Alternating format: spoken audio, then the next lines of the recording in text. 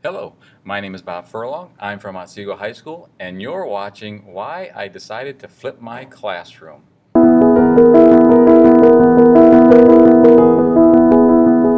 Not only is this my first video for a flipped classroom, but my first video ever posted on YouTube.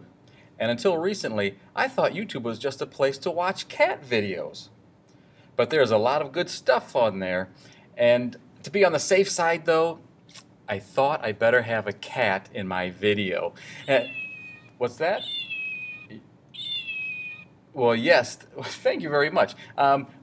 There's a bowl of spaghetti over there. Yeah. That wasn't a real cat, by the way. All right, let's get started, shall we? This is going to be about what a flipped classroom is and why I've decided to flip my classroom. But in a traditional classroom, students would sit in rows and would take notes while the teacher stands in front of the room presenting information. Students are going to passively just write those notes down. Maybe they get a worksheet for homework. The next day they come in and they may take a quiz on that information that they learned the previous day. And this continues day in and day out. But in a flipped classroom, the students are going to watch videos of this content at home, and then they're going to come into the classroom and do activities to deepen their understanding of the content. I mean, let's face it, when we want to find out something, what do? We Google it. We watch a video on YouTube, we read something, and in just a few minutes, we can get quite a bit of information. Well, why can't students do the same thing? Why all of a sudden do I want to flip my classroom? You know, I heard about flipped classrooms and went to a conference on this 5 years ago. And at the time I thought, there is no way I'm going to expect my kids to watch a video and then come in and do something else in class. That is not going to happen. Well, I changed my mind on that. You see, I've been averaging about 50 lectures per year. And out of 180 days, 50 doesn't seem like that's much time until you really start to think about how many days of school do we really have? I mean, we have 180 days of school. 2 of those days are the first and the last day of school. Certainly important days, but usually not much instruction going on then. I have 1 day where I have to give my SLO pre-test for teacher evaluations. No instruction. 2 days are parent-teacher conferences. Again, very important days, but no instruction going on. We've been averaging about 6 calamity days a year where we don't have school, no instruction. I have to give tests. Well, these are my regular chapter tests. I give 3 a quarter, that's 12 days where, again, no instruction is taking place.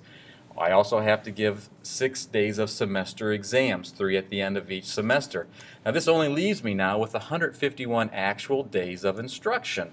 Right? However, out of those 150 days, we have shortened periods. We have 2-hour delays, about 12 a year. We have special schedules for assemblies. We have pep rallies. We now give Ohio's computer-based assessments. That's 11 days at the 10th grade level. Not to mention when students are out on field trips, they are gone for athletic events, and heaven forbid, they get sick and they can't come to school. Which means that about 40% of my time is actually spent giving a lecture and the students just listening to me talk. There has got to be a better way. And I think the flipped classroom is that. Because now, every student at my school has their own Chromebook, which means that they can watch a short video and take notes for homework. This will then leave more time in the classroom to do more important things like lab activities. We can do data analysis on the lab activities that we've done. We can actually do project-based learning. We now have the time for stuff like that. I can do modeling in my classroom, and in a science classroom, modeling is a very important skill.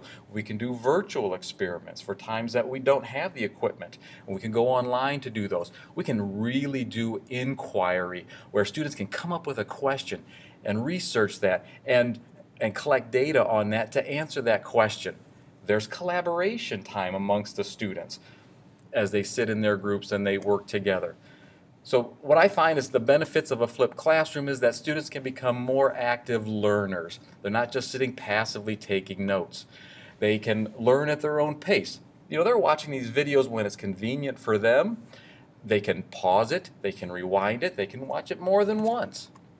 Students can stay motivated by a variety of instruction that's going on. It's not going to be the same old thing every single day.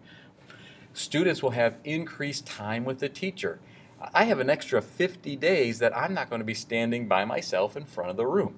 I'm going to be moving around from group to group. I'm going to be questioning the students. I'm going to really find out what they know and what they don't know. And finally, students are going to learn 21st century skills. Listen, I've been in education since 1990, and I remember that first faculty meeting that I attended, and it was all about developing 21st century skills, but yet we were still teaching in a 19th century methodology.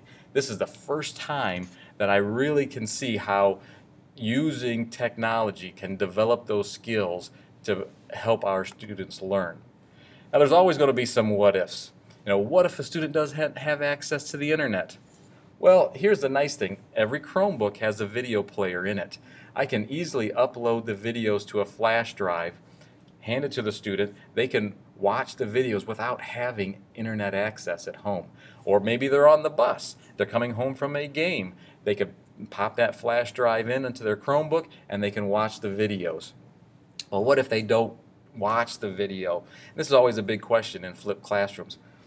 From what other teachers have said, you simply make them go in the back of the room, put their headphones in, and they watch the video.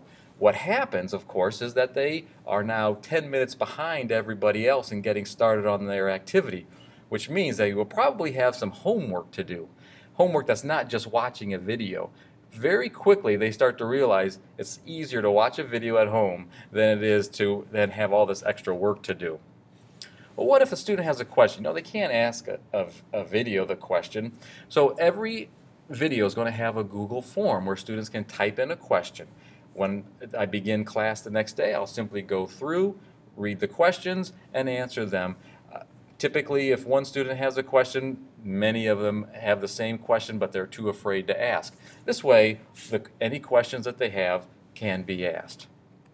So I want to thank you for listening to my presentation on why I'm flipping my classroom. I'd like to thank firstly the administration at Otsego Schools for giving me the technology to be able to do this and the freedom to be able to set up my classroom the way that I am. And as I complete the videos, these will all be posted on my YouTube channel. Please feel free to subscribe. And I want to thank you for your time.